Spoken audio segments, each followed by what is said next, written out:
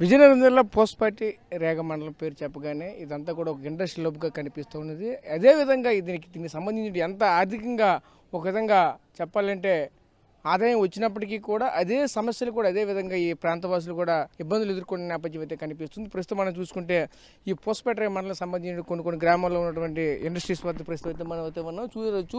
ఒకవైపు చూసుకుంటే వాయు కాలుష్యం, అలాగే మరోవైపు జల కాలుష్యం, మరోవైపు భూ కాలుష్యం.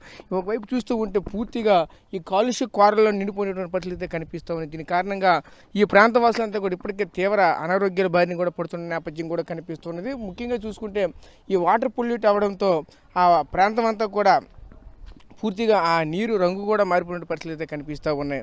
ప్రస్తుతం అయితే మనం అయితే చూడొచ్చు. ప్రస్తుతం ఇండస్ట్రీ నుంచి వచ్చినటువంటి వ్యర్థాల వద్ద అయితే ప్రస్తుతం అయితే ఉన్నాం. ఈ వ్యర్థాల నుంచి వచ్చినటువంటి ఈ వ్యర్థాలన్నీ కూడా నేరుగా సముద్రానికే వెళ్తాయంటూ కూడా ఈ ప్రాంతంలో ఉన్నటువంటి కొంతమంది కూడా మనతో పాటు చెప్పుకొస్తున్న పరిస్థితి కనిపిస్తూ ఉన్నది.